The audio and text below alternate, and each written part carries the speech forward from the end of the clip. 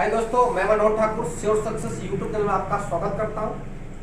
आज हम लोग हिंदी व्याकरण के संधि पढ़ेंगे, जो कि एग्जाम में पूछता है। संधि विच्छेद पूछता है, संधि का साधारण व्याख्या पूछता है, संधि के कितने भेद होते हैं, ये सब एग्जाम में पूछे जाते हैं। तो हम लोग संधि पे आज चर्चा करते हैं कि संधि क्या होता है, इनके कितने भेद होते हैं, इनके कितने प्रकार होते हैं। हम लोग देखते हैं कि संधि क्या होता है।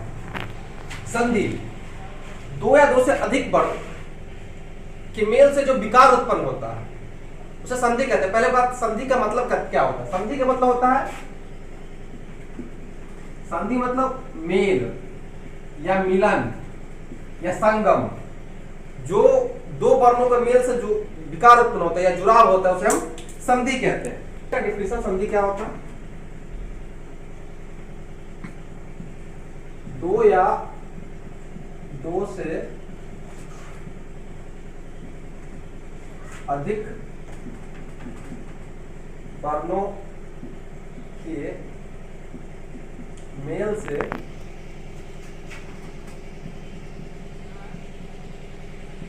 जो विकार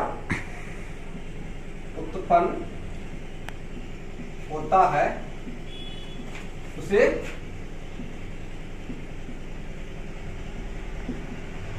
कहते हैं संधि कहते हैं। जैसे परिभाषा को जान लेते हैं। दो या दो से अधिक वर्णों के मेल से जो विकार उत्पन्न होता है उसे हम संधि कहते हैं। संधि में वर्णों का विकार उत्पन्न होगा। जैसे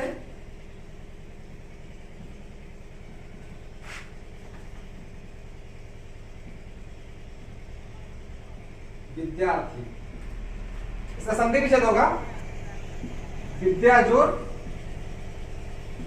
अर्थी। इसमें क्या आया? आ। इसमें क्या आया? औ जो मिलके क्या बना? आ। देखिए वर्ण विच्छेद हो रहा है यहाँ पे। ये दो वर्ण मिल रहे हैं, आ और औ। क्या कह रहा है? दो या दो से अधिक वर्णों के मेल से जो विकार उत्पन्न होता है। दो वर्ण मिल रहा है यहाँ पे, आ और औ, विकार उत्पन्न हो रहा है तो क्या बन रहा है यहाँ पे? बड़ा विद्यार्थी।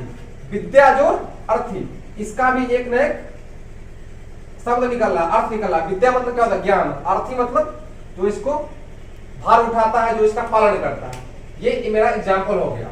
अब हम लोग जानेंगे कि स्वर संधि के या स्वर वर्ण के कितने भेद होते हैं। हम लोग जानेंगे कि स्वर संधि के 5 भेद होते हैं। इसके बारे में हम लोग चर्चा करते हैं। स्वर संधि के 5 भेद होते हैं, देखते हैं। पहला होता है गुण स्वर संधि, दूसरा होता है दीर्घ संधि, वृद्धि संधि, यन संधि, अयादि संधि। सबका अलग अलग परिभाषा है, सबका अलग अलग तरीका। अब गुण संधि में क्या होता है? औ या आ, औ जोड़ ई रहेगा तो भी ए होगा, और आ जोड़ ई रहेगा तो पर भी ए होगा। मैं यहाँ लिख दिया औ या आ ई। औ जोड़ आ, उ जोड़ ओ हो जाता है, औ जोड़ री अर हो जाता है। जैसे राजा जोड़ इंद्र, इसमें आया आ और प्लस ई, क्या बन गया? ए बन गया, राजेंद्र। ए राजेंद्र, ये होता है गुण संधि का ये इतना एग्जाम्पल, और इस एग्जाम्पल से जो बनता है राजेंद्र।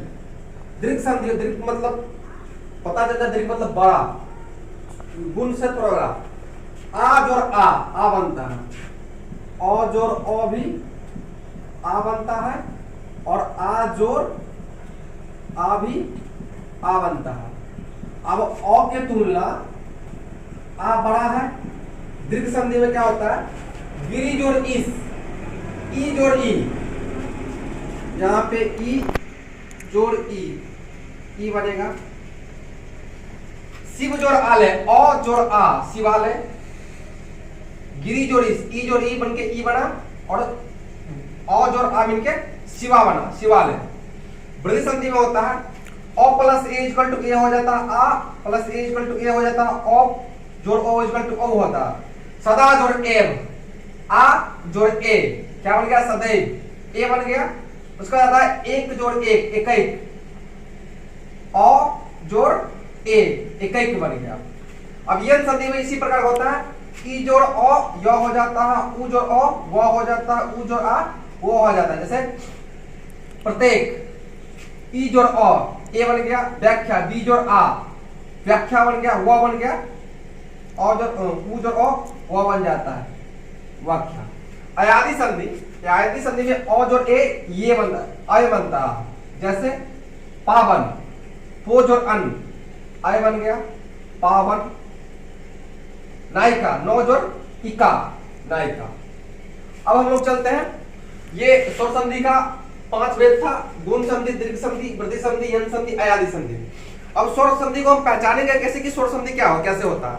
स्वर संधि का हम लोग जब विच्छेद करेंगे तो उसमें पहला टर्म में यहां जैसे विद्या जोर आले, आले, ये स्वर संधि का एग्जाम्पल है। किस स्वर संधि का?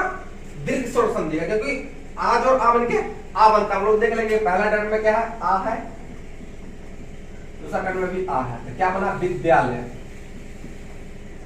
विद्यालय। आज और आ बन के आ बन रहा है, ये हो गया ना गुण संधि, दीर्घ संधि का एग्जाम्पल। अब हम पहचानेंगे कैसे कि विद्यालय हो या नायिका हो या प्रतीक हो, ये स्वर संधि ही है या गुण संधि है, अयादी संधि के या स्वर संधि के भेद है। अगर इसका हम संधि विच्छेद कर रहे हैं तो पहला टर्म या लास्ट टर्म, ये हो गया प्रथम, ये हो गया लास्ट, दोनों में नहीं तो हलंत रहेगा ना ही विसर्ग रहेगा। अगर पहला टर्म में हलंत रहता हो जाता वो व्यंजन संधि, और विसर्ग रहता हो जाता विसर्ग संधि। अब हम लोग व्यंजन संधि पे चर्चा करते हैं कि व्यंजन संधि क्या होता है। अब हम लोग दूसरा देखते हैं कि व्यंजन संधि क्या होता है। व्यंजन का व्यंजन अथवा स्वर के मेल से जो विकार या परिवर्तन होता है उसे व्यंजन संधि कहते हैं। हम इसका परिभाषा देखते हैं कि व्यंजन संधि क्या होता है। व्यंजन का व्यंजन अथवा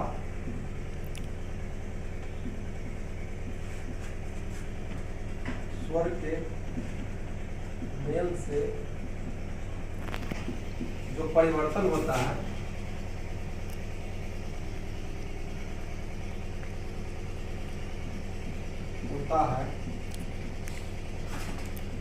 उसे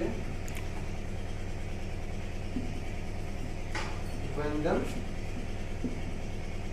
संधि कहते हैं। व्यंजन का व्यंजन अथवा स्वर के मेल से जो परिवर्तन होता है उसे व्यंजन संधि कहते हैं। जैसे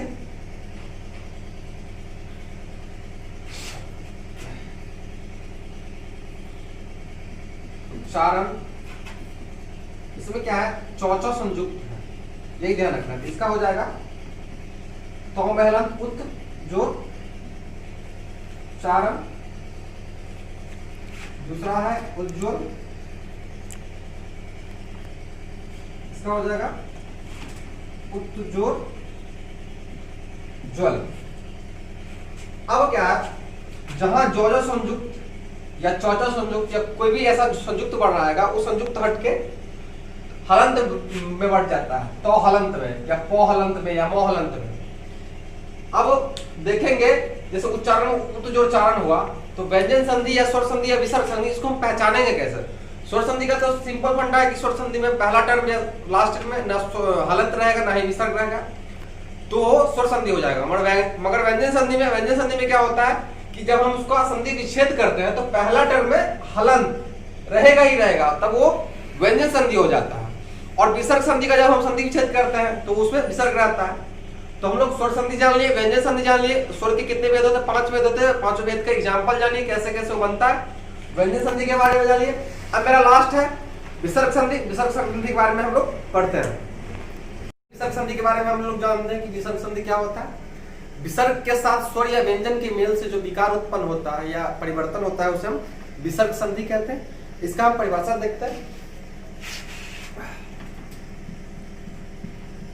विसर्ग के साथ स्वर या व्यंजन के मेल से जो विकार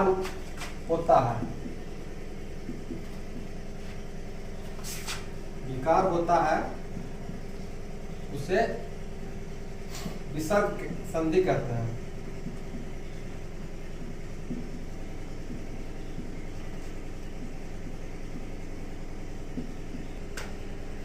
विसर्ग के साथ स्वर या व्यंजन के मेल से जो विकार उत्पन्न होता है, ये हो गया काक चिन्ह। कोई चीज अगर वर्ण छूट जाता तो हम ये चिन्ह लिख के ऊपर लिख सकते, छूट गया था तो सर विसर्ग संधि कहते हैं। अब इसका एग्जांपल होता है जैसे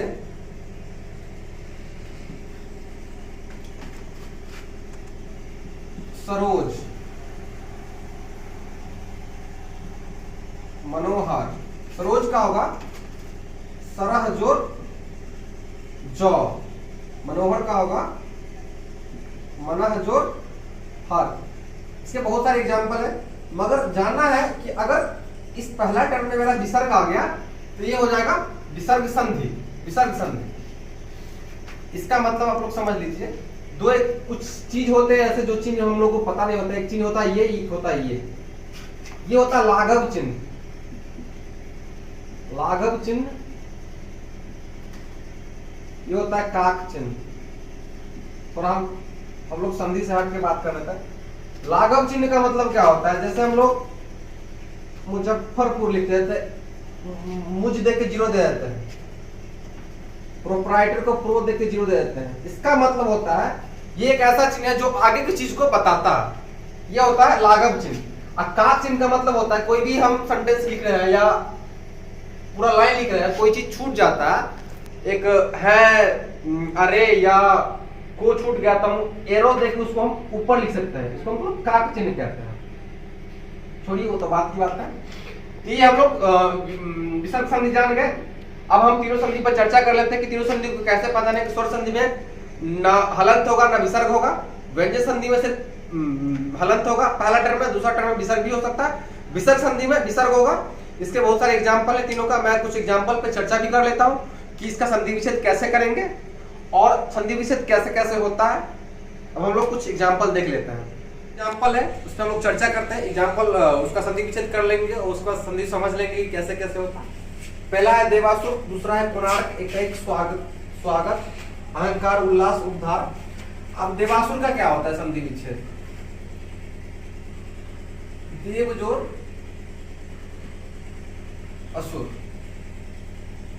देव जोर असुर, देवासुर। ये कौन संधि हो गया, देखो इसमें ना हलंत आ रहा है ना विसर्ग आ रहा है, तो मेरा स्वर संधि का एग्जाम्पल है। अब पूछोगे कि हुआ कैसे, इसमें क्या है, देवा, ओ जोर ओ। मैंने बताया था कि ओ जोर ओ मिलके क्या बन रहा है, आ, देवा। ओ इसमें भी ओ क्या बना मेरा, देवासुर, देवा आ बना। दूसरा है कोणार्क, इसका होगा कोण जोर अर्क। इसमें भी ना तो हलंत है ना तो विसर्ग है, ये भी हो जाएगा मेरा स्वर संधि। दूसरा है एकैक, एक जोर एक बन गया एकैक, ये भी मेरा स्वर संधि का एग्जाम्पल है।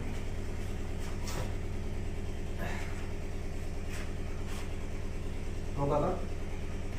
चौथा है स्वागत, सू जोर आगत, ये भी हो जाएगा स्वर संधि का एग्जाम्पल। तीसरा है अहंकार, अहंकार किसका होगा, अहम जोर का। अब इसमें किसी में न हलंत था न विसर्ग था, इसमें आ गया हलंत। जब ये हम हलंत देखेंगे तो मेरा क्या हो जाएगा, व्यंजन संधि। बस यही ध्यान रखना है कि हलंत आ गया, ये हो जाएगा व्यंजन संधि। उल्लास, उत्तजोर लास, ये भी व्यंजन संधि। तीसरा उद्धार, उत्तजोर हार, ये भी व्यंजन संधि। अब है नीरस, इसका संधि विच्छेद करेंगे तो होगा निह जोर रस, इसमें आ गया मेरा विसर्ग, ये हो जाएगा विसर्ग संधि। विसर्ग संधि। निर्बल, निह जोर मल, ये भी हो जाएगा विसर्ग संधि। इस तरह के हम लोग संधि को विच्छेद करके हम पता कर सकते हैं कि स्वर संधि व्यंजन संधि कैसे पहचानेंगे। स्वर संधि का न हलंत होगा न विसर्ग होगा, व्यंजन संधि में सिर्फ हलंत होगा, विसर्ग संधि में विसर्ग होगा। संधि के अगर संधि विच्छेद पूछे या संधि पहचानने पूछे कि संधि कौन सा, एग्जाम में 3 तरह का क्वेश्चन आता है कि विद्यार्थी का संधि विच्छेद करे, तो उसका हम लोग 2 पार्ट में संधि विच्छेद कर सकते हैं। नहीं तो ये पूछ सकता है कि विद्यार्थी कौन सा संधि है।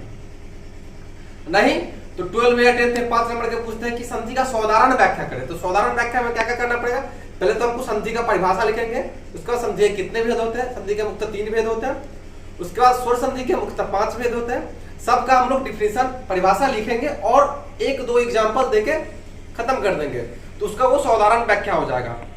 दोस्तों अगर ये वीडियो आपको अच्छा लगा तो वीडियो को लाइक, शेयर, कमेंट, सब्सक्राइब जरूर करें, और आगे हम लोग समास को लेके आएंगे, क्योंकि संधि और समास में भी अंतर पूछता है, संधि समास में भी साधारण व्याख्या पूछता है। तब तक हमारे YouTube चैनल से आप लोग जुड़े रहें। धन्यवाद।